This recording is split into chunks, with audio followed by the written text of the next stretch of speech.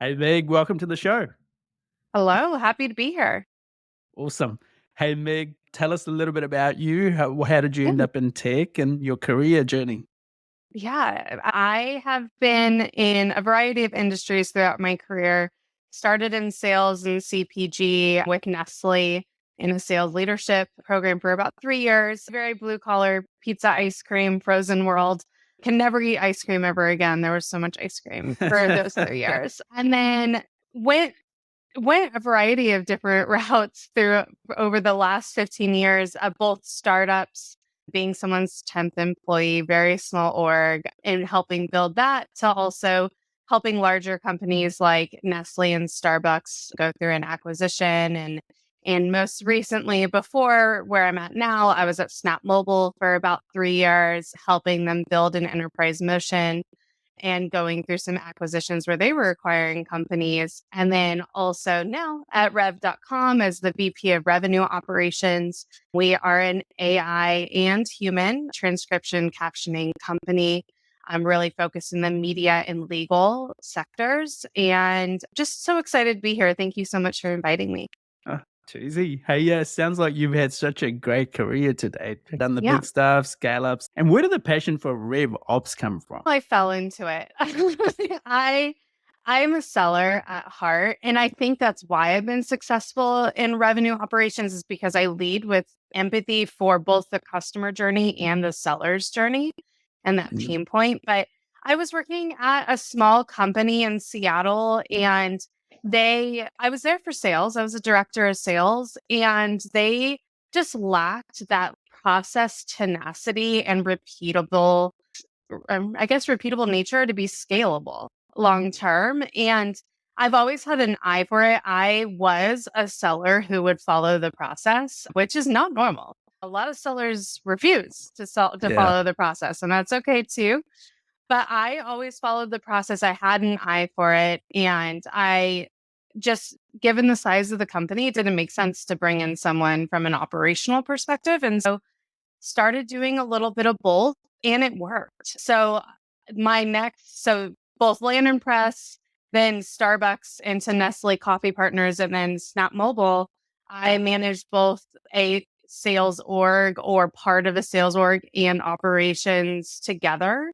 And it really works when you're in that growth, preparing for an event or preparing to bring in a new company, go through an acquisition. It does work to put those Mm. together until it's too much. And then you scale back and you go into either sales or operations. And I went the operations side.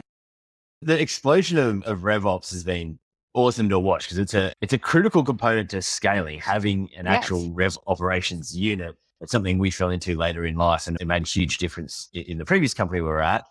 But for a lot of our listeners who are like startup, scale up stages, might be a newer concept. Can you go Yeah. into a little bit? What's the core functions behind RevOps Yes. in your view, anyhow? RevOps is very sexy right now. It's not very often you get to be like, yeah, my job's pretty sexy. But yeah, RevOps is very sexy. But RevOps is also ambidextrous. It can be whatever the organization needs, and what it is varies. So the core function is process, people, and development. Those are going to be like really what you focus on organization to organization. How you prioritize those, what those look like, it depends if you're a product led organization, sales led organization, customer led growth is very big right now. It's going to change org to org, but I would say process, people, development. Those are your top three that you see org to org. So, as a startup founder, Mhm. where do I focus? What does their first stand up team for RevOps look like? Yeah. Yeah. It's not going to be big. It's not Yeah. going to be big, and you're going to need someone who can pivot and reprioritize really quickly. And you need someone who can put their ego aside. So there are times where I go in and I am doing API integrations, I'm doing the build of a new system, things like that. And it's hard to bring in a really senior Mhm. person who's sometimes willing to do that. You have to have someone who feels that level of like ownership and accountability, but also wants that impact.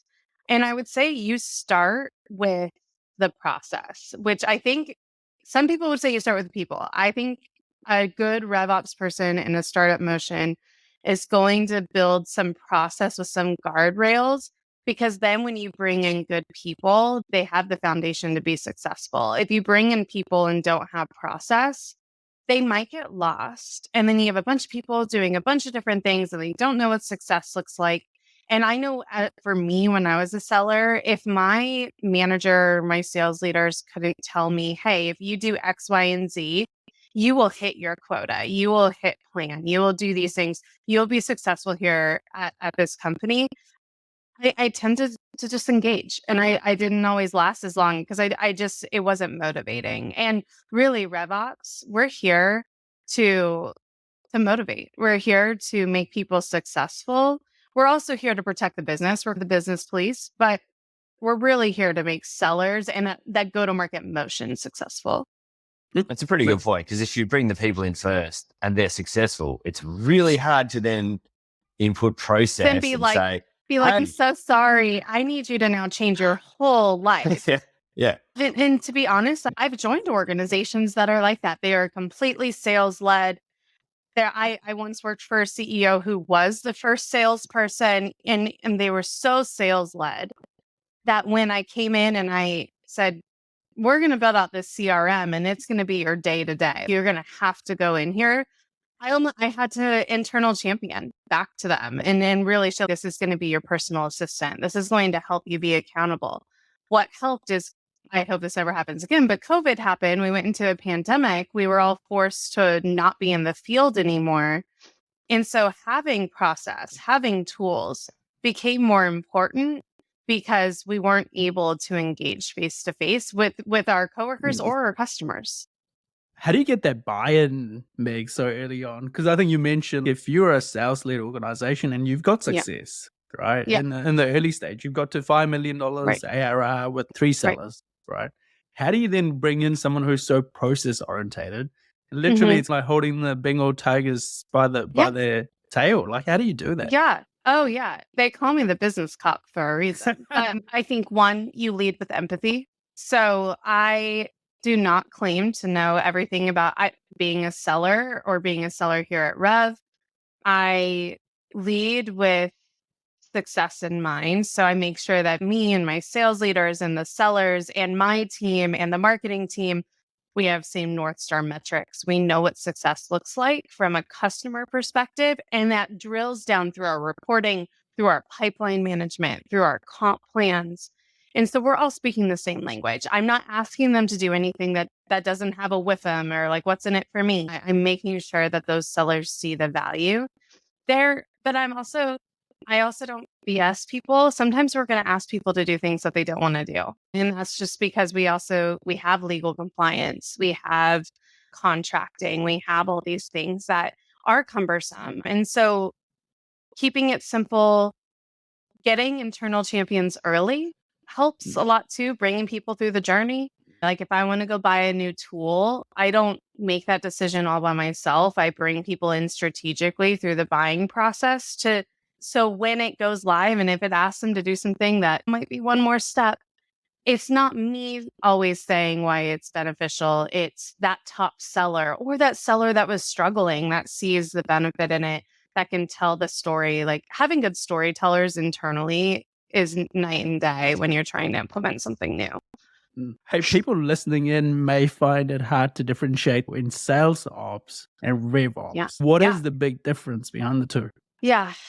I think RevOps is just that natural progression of sales ops. I think sales ops is very specific to a sales org, but sales orgs or revenue could be for companies like mine. We have a B2C motion that is very self-serve. It's led by our wonderful, we have an amazing CMO here.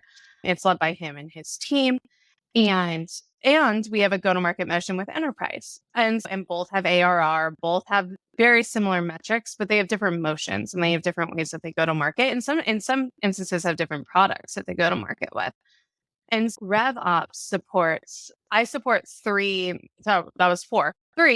main organizations. I support sales for obvious reasons. I support marketing because both of those equal our revenue stream. And then I sit and support our finance org because I also am in charge of compliance. And so I think that's that elevated operational mindset is it's taking it one level beyond sales tools, territory mapping, compensation plans, which is really your sales operations motion. Going back to our time when we stood up that RevOps team, the first question people like Sean asked me, what's the ROI? What is this team going to do? How many people? What is going to be my return? So how do you measure the effectiveness of this team? Oh, yeah, that's a really good question. My CFO would tell you I'm really good at ripping out tools that don't work. So I think identifying tech debt from like a sales tool perspective, it's really easy to see something shiny and be like, oh, let's buy it.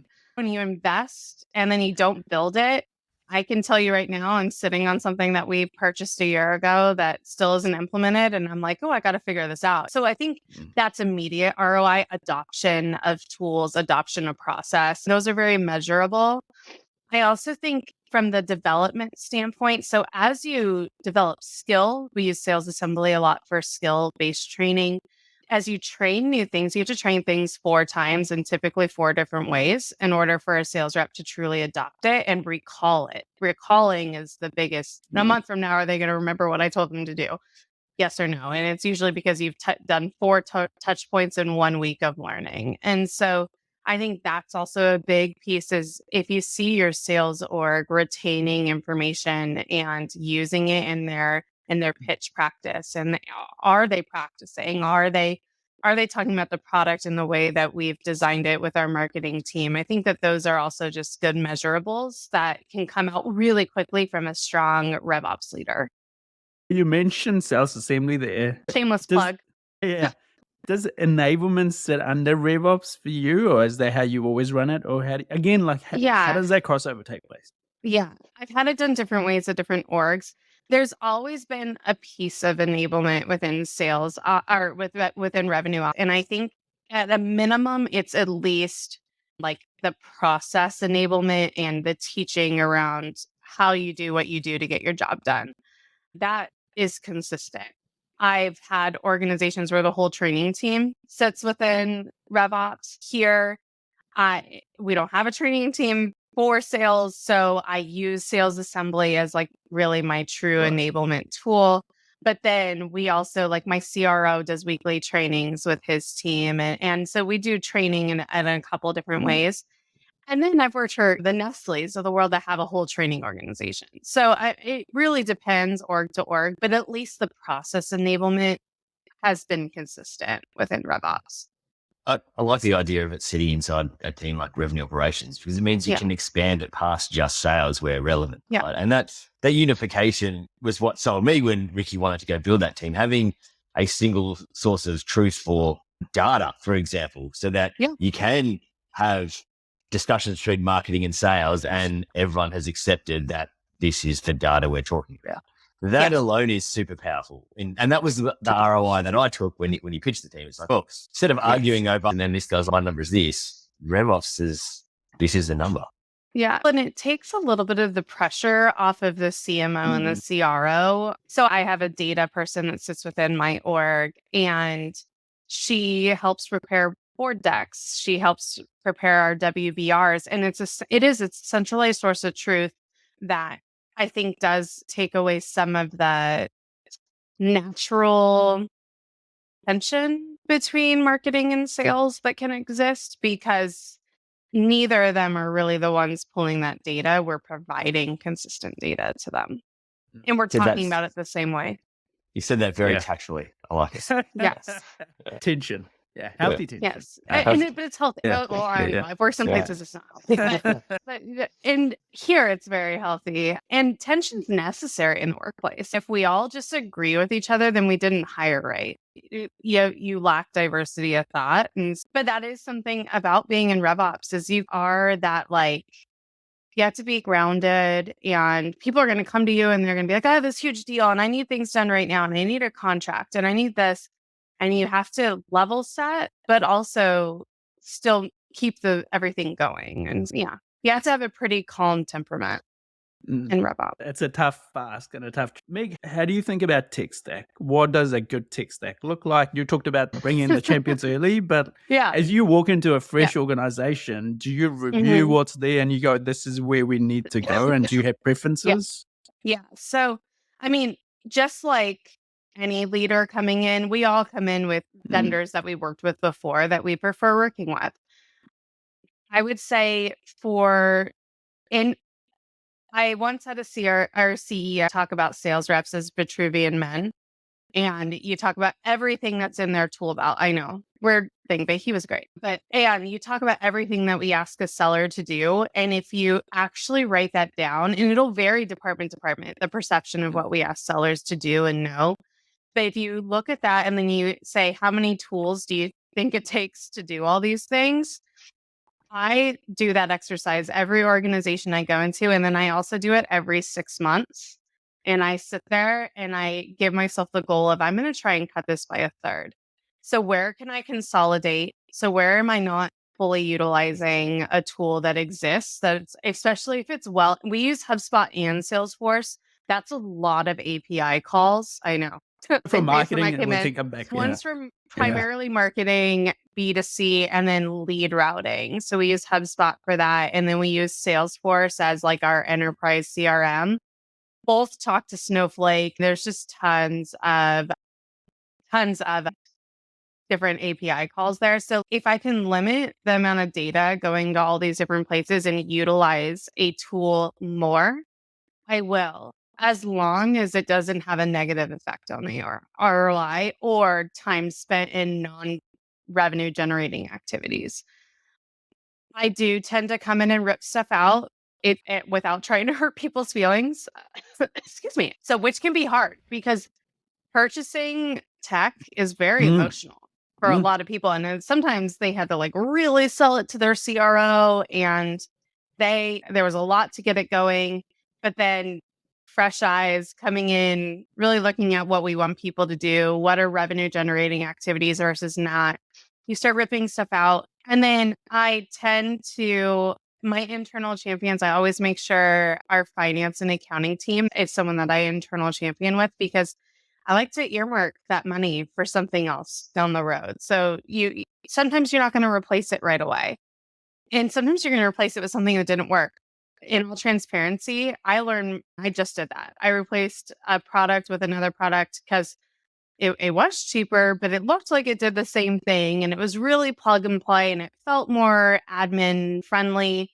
And then it doesn't work. It just doesn't work the same way. And I'll reassess and adjust and I'll bring in something else. But that's some of that like nimbleness that you need in your tech stack that you need to be able to say, this doesn't work.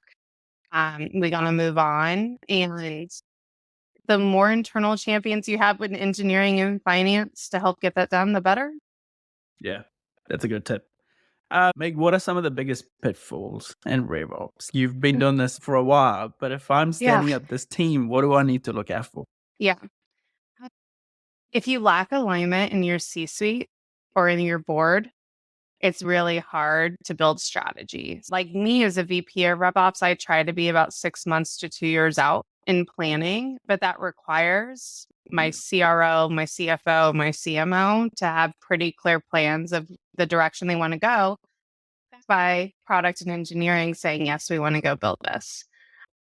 I think that's alignment just within your C-suite is great. And then it's in RevOps, it's really easy to go way too far in the weeds when you're trying to talk about something. So really dialing your message and making sure you're very intentional with how you're presenting a process or the benefit or data, because it's really easy to, my old coach used to tell me, like, sometimes I will talk and I'll be like 5 steps ahead of where the person I'm presenting to is at because I'm so operationally minded. Just making sure that you are really gearing what your like conversation to the audience is really important too. And it's easy to get sidetracked if you get too far. Hey, do you do quota settings as well in RevOps? And how do you think about that? Yeah. I know it differs from organization to organization, but are there some golden rules that you always go? Make sure they're equitable, role to role. So if you have AE1s, AE2s, SAEs, they can't all be the same because they all have different comp structures. So you really got to look at, again, what are the goals we're trying to hit? What does success look like? You build comp plans based off of that. Yeah, that's So definitely when good. you're setting quotas, they need to represent what success looks like for that role. It's really easy to get a board plan and be like, okay, I have 5 sellers, so I'm just going to divide it up. Not how it works. Like you have to look at their TAM. If you're doing, some places do location-based territories, some places do enterprise, mid-market, SMB. You have to look at it and really take into account, if I'm building up this quota, is it too easy? Does it make sense to the comp plan? And is it achievable? And if it's not achievable, you're just gonna have turnover because sellers don't like to lose. Good sellers don't like to lose. It's a good point. If you've got people who are never hitting quota and they're happy to stay for their entire career, that's probably telling you something as well. And that's something like we look at quota attainment quarter over quarter, year over year.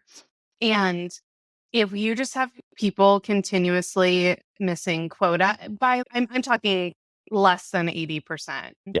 Because I really build plans with the mindset that on average, a rep will hit it about 80 to 85%. And if you see that the same sellers just aren't hitting, you likely have a comp plan that's too weighted on base and they're comfortable with their base. That's a good point. That's the mistake that too many startups make, right? Because to begin with... Well, because you want to be competitive, right? Exactly. Or if you're not market ready.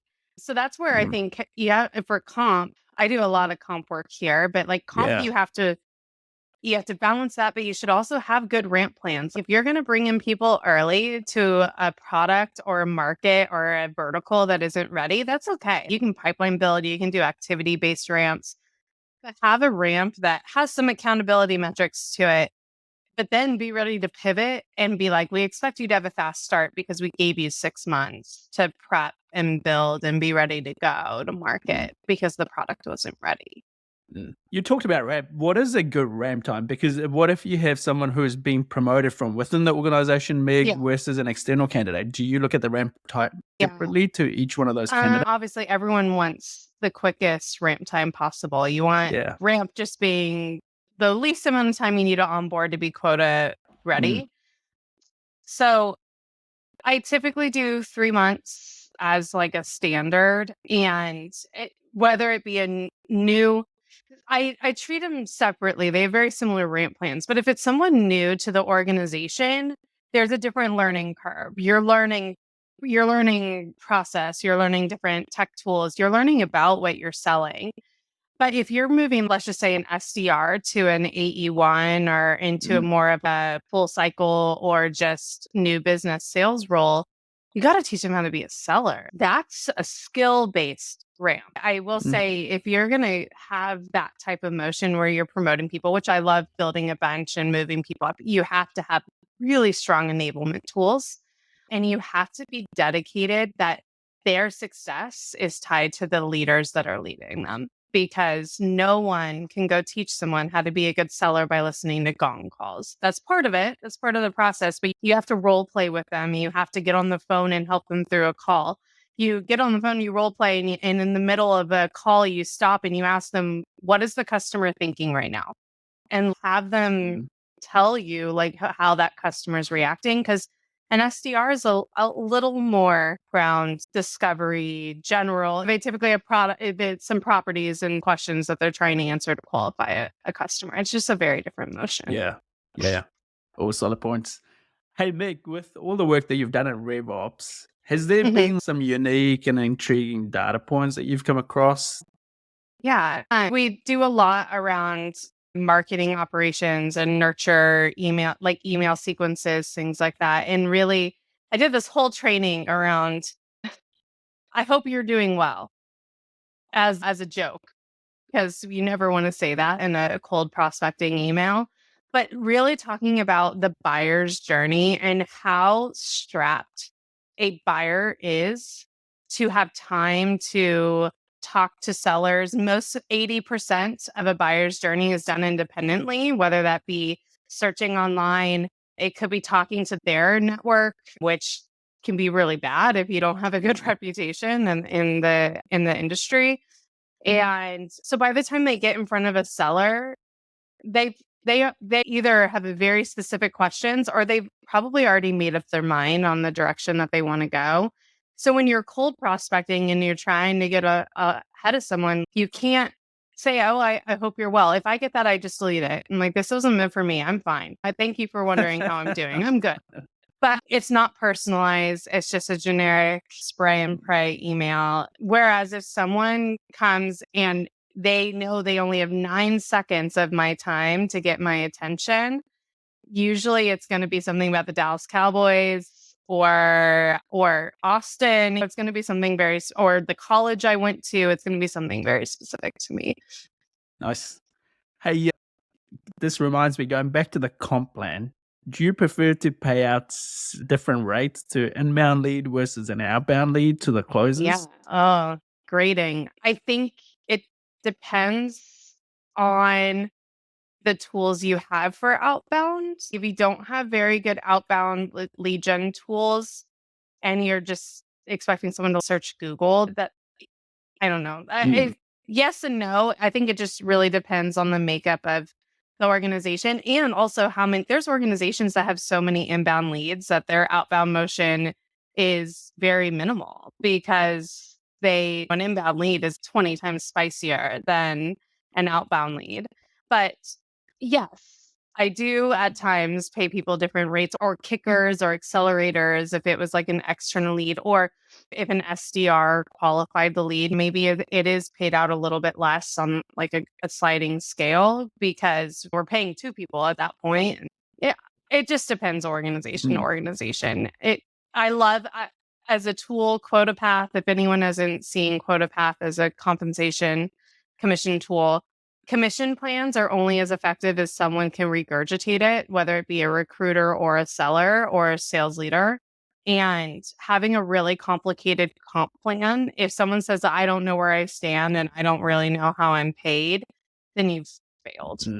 I mean, you need really clear tools, and you need tools to where someone could be like really excited about a potential deal and they could go calculate how much they think they can make on it. It'll also help protect you from going too discount heavy. So I do grading our different payouts based on profit margin.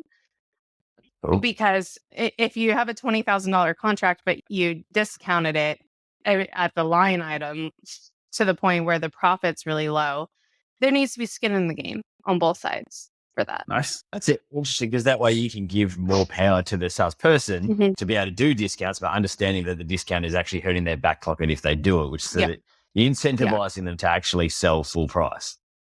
Yeah, or sell smart. If there's a big expansion motion there. But every organization has sellers that sell discount first or don't talk about list price at all. But they may be really successful in certain motions, and you want to enable them. You want them to have power. You want them to move quickly. If they have to stop every 3 seconds to ask someone for permission, then that's not scalable. You can't grow that. And it's just going to have to be rebuilt and pulled out at some point. I don't want to necessarily make the entire episode about comp plan, but it is an interesting topic. What are your views on clawbacks? Do you do clawbacks? Yeah. Yeah. It's written in our comp docs. I'm going to say as a practice, it makes sense.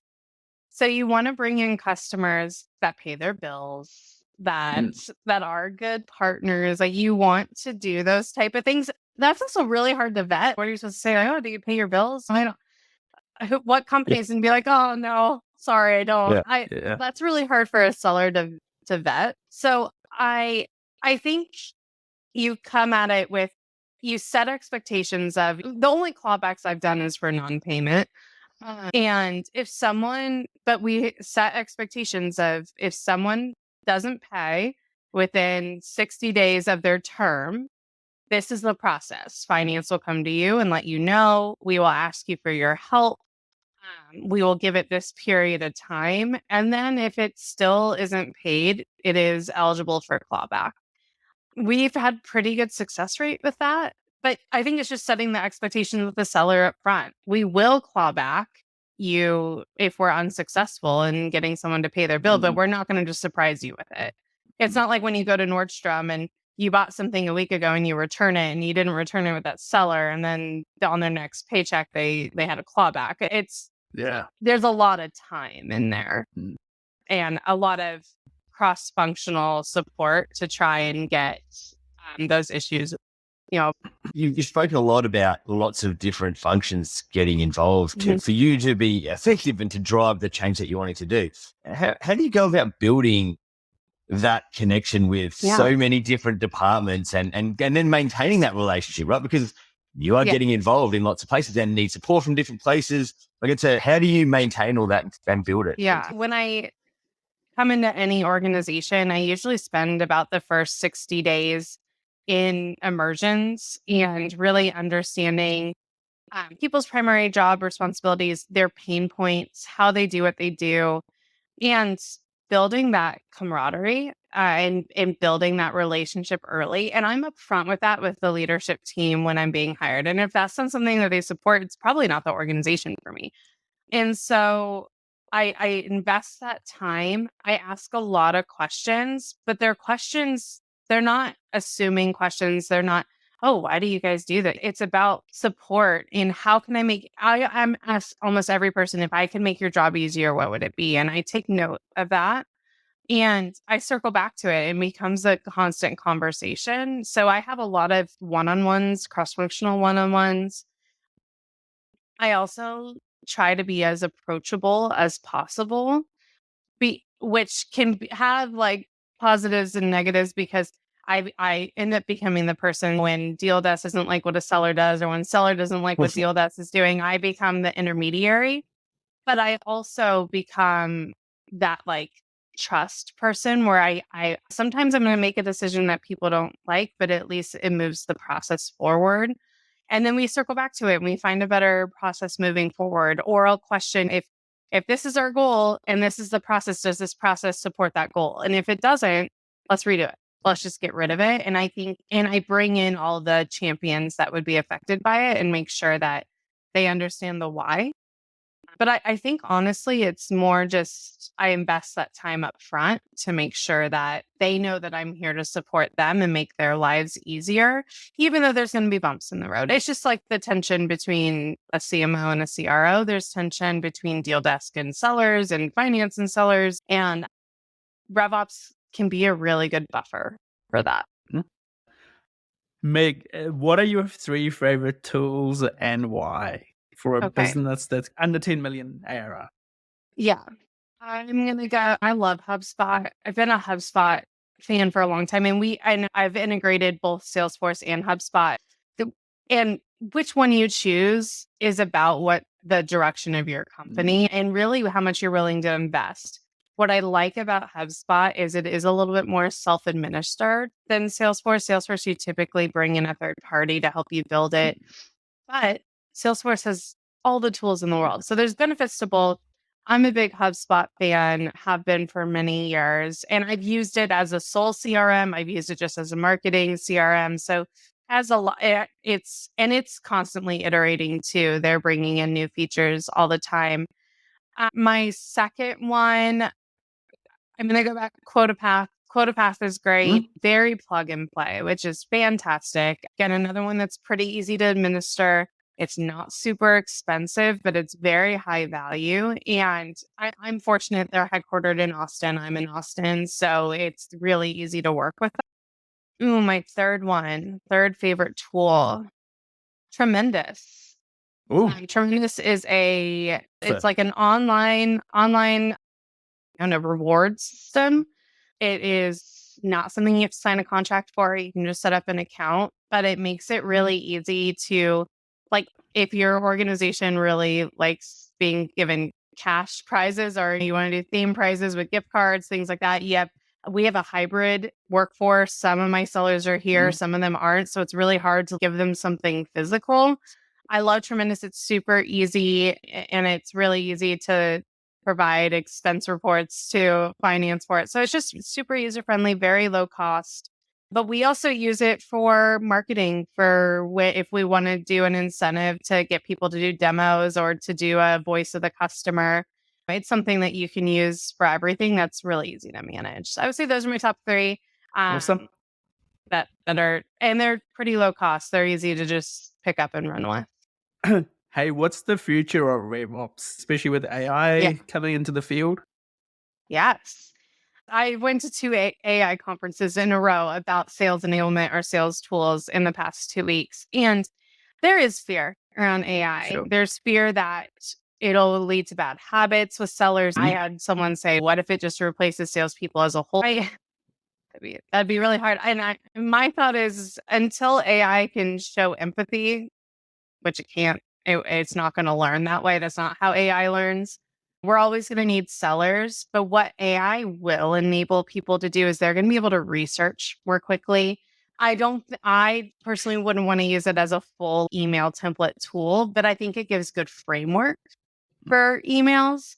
Sellers aren't good storytellers. That's 2 very different logics. So if there are tools that use AI to build framework for emails, so they have good grammar, they're spelled correctly, they do properly represent your product, I think that's great. I think I could totally see AI coming into like digital deal rooms, like that type of motion, but it's not going to replace everything. And we're always going to need good people, but I think good sellers, good selling organizations, good RevOps organizations are going to see it as this is a tool to make us move faster. So we stop working on non-revenue generating activities. And so if you use it in that way, it becomes a little less scary, a little less overwhelming. Yeah. I'm also fortunate.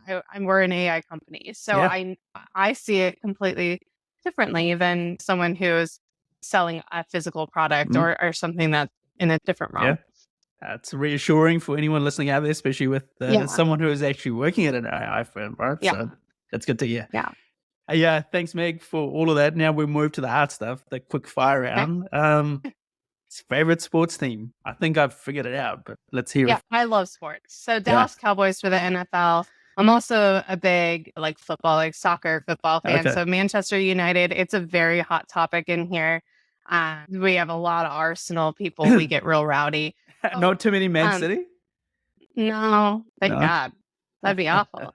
But Man United, I love hockey, and I grew up in Orange County, California. So Anaheim Ducks is my home team, and then big Red Sox fan out of Boston. So those are my top 4. Nice.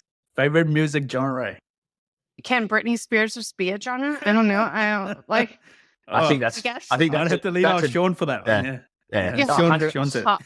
100% it's a genre. That's a genre. You just say Britney Spears. Except the other day I heard, I think, In Sync or something on an oldies station, and I was like, oh, no, too soon. Yeah, bring back some old JT. Yeah. Have a favorite movie? Do you have one? My go-to movie, if it's just on TV, would be A Knight's Tale, but I also love the movie Twister. Which is kind of funny because I live in Texas where there could be tornadoes, and I probably should find it scarier than it is. But no, I love those 2 movies. Interesting. Nice. What about favorite place to visit or the place that you haven't been to and it's on your bucket list? I love Tuscany. My husband and I, we go truffle hunting out there, and we love good wine. But I just got back from Paris, and I really liked it. I'm actually taking my kids to Disney Paris next year. So I'm excited to go back. But I would just say I love history, and I love good architecture. So I feel just kind of Europe in general. And this is what the main question is, right? This is the whole thing. We actually kicked this podcast thing off. Peanut butter. How do you like yours? Crunchy or smooth? These are right or wrong answer, by the way. There's a disclaimer. Oh, okay. 100% a wrong answer. Yeah. Crunchy. Oh, right answer. She's on the right side. Okay. Good answer. Yeah. Did you actually like it, or are you just guessing? Yeah, no, I do. I love crunchy peanut butter. I just, most of the time I say that. And in my family, I am the only person who likes it. So I have my own jar. But yeah, crunchy peanut butter. But that just means you're the only person who's right, and everyone else in your family is wrong. I tell my husband that all the time. Yeah. If you want peanut butter, it should have peanuts in it. If you want smooth peanut butter, have jam or something else. It doesn't make sense. Exactly. Thank you, Meg, for making the time and sharing all your insights. This has been fun. Oh, yes, absolutely. Thank you guys so much.